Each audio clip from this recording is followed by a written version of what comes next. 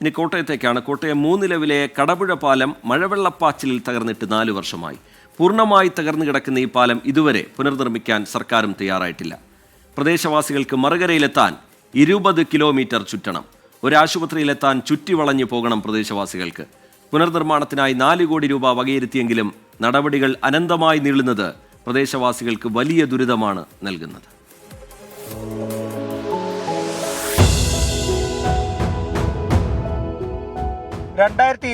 ണ്ടായ മഴവെള്ളപ്പാച്ചിലാണ് കടപുഴ പാലം തകരുന്നത്. പാലത്തിന് മുകളിലൂടെ വെള്ളമൊഴുകിയതോടെ സ്ലാബ് തെന്നിമാറി അപകടാവസ്ഥയിലായി.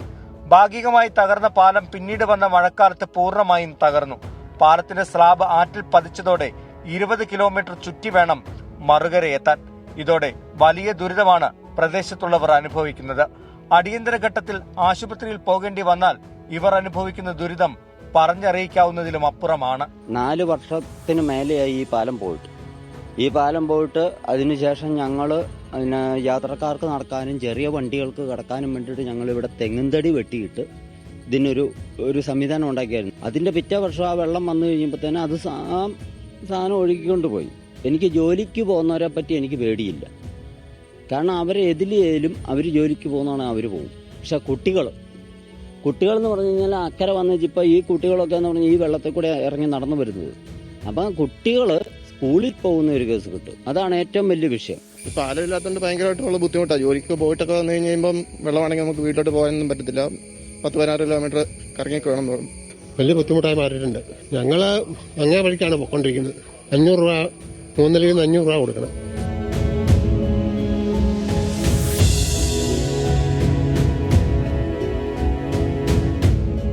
ജനങ്ങളുടെ പ്രതിഷേധം ശക്തമായതോടെ പാലം പുനർനിർമ്മിക്കാൻ തീരുമാനിച്ചു. 4 കോടിയോളം രൂപ ഇതിനായി സർക്കാർ വകയിരുത്തുകയും ചെയ്തു. എന്നാൽ നടപടിക്രമങ്ങൾ അനന്തമായി നീളുകയാണ്. ഇതിനിടെ ഹൈക്കോടതിക്ക് മുന്നിലും വിഷയമെത്തി. എത്രയും വേഗം നടപടിയെടുക്കാൻ കോടതിയും നിർദ്ദേശം നൽകി. എന്നിട്ടും കാര്യങ്ങൾ എങ്ങും എത്തിയില്ല. ഇപ്പം പഞ്ചായത്തിന്റെ ഭാഗത്തുനിന്ന് പറയുന്ന അവരുടെ പേപ്പർ കാര്യങ്ങളൊന്നും ഇല്ലെന്നാണ് പറയുന്നത്. വെള്ളപ്പൊക്ക സമയത്ത് നഷ്ടപ്പെട്ടെന്നാണ് പറയുന്നത്. അപ്പോൾ പേപ്പർ ഇല്ലെങ്കിൽ പോലും ഇത് പഞ്ചായത്തിന്റെ വാർഡ് അടങ്ങിയ ഒരു സ്ഥലമല്ലേ. അപ്പോൾ അവരുടെ ഭാഗത്തുനിന്ന് സ്വന്തമായിട്ട് ചെയ്തു തരേണ്ട ഒരു കാര്യം. ഹൈക്കോടതിയിൽ ഇപ്പം നിലവിലൊരു കേസ് നടക്കുക. സർക്കാർ അത് ചോദിച്ചിട്ടുണ്ട്. ഫണ്ട് ലാപ്സായി പോയെന്നാണ് നമുക്ക് അറിയാൻ പറ്റുന്നത്. ഒരുപാട് നേതാക്കന്മാരും മന്ത്രിമാരും MLA-മാരടക്കം ഇവിടെ വന്ന് ഒരുപാട് വാഗ്ദാന പാലങ്ങൾ നൽകിയിരുന്നു. ഇവരൊക്കെ വന്ന് വാഗ്ദാനം ചെയ്തു പോയതല്ലാതെ ഇതുവരെ ഇതിനൊരു പ്രായോഗികമായ ഒരു തല സ്വീകരിച്ചിട്ടില്ല എന്നുള്ളതാണ്. മൂന്നിലവ് പഞ്ചായത്തിലെ 2, 3, 4, 7 വാർഡുകളിലെ ജനങ്ങൾ ആശ്രയിച്ചിരുന്ന ഏക പാലമാണിത്. വിനോദസഞ്ചാര കേന്ദ്രങ്ങളായ ഇലവീഴ, പൂഞ്ചിറ, ഇല്ലിക്കക്കല്ല് എന്നിവിടങ്ങളിലേക്കും എത്താൻ സാധിക്കുന്ന മാർഗം. അതുകൊണ്ട് തന്നെ എത്രയും വേഗം പാലം പണി പൂർത്തിയാക്കി റോഡ് സഞ്ചാരയോഗ്യമാക്കണമെന്നാണ് നാട്ടുകാർ ആവശ്യപ്പെടുന്നത്. സംസ്ഥാനത്തെ പ്രളയ പുനരുദ്ധാരണ പ്രവർത്തനങ്ങൾ മികച്ച രീതിയിൽ നടപ്പാക്കുന്ന സർക്കാർ മൂന്നിലവിലെ ഈ പാലത്തിന്റെ കാര്യം ഇനിയും കാണാതെ പോകരുത്. കാരണം നിരവധി പേരുടെ ദൈനംദിന ജീവിതത്തെ കാര്യമായി ബാധിക്കുന്ന ഒരു പ്രശ്നമായി ഇത് മാറിയിട്ടുണ്ട്. കോട്ടയത്ത് നിന്ന് അരുൺ നീണ്ടൂറിനൊപ്പം ടോബി ജോൺസൺ, 24.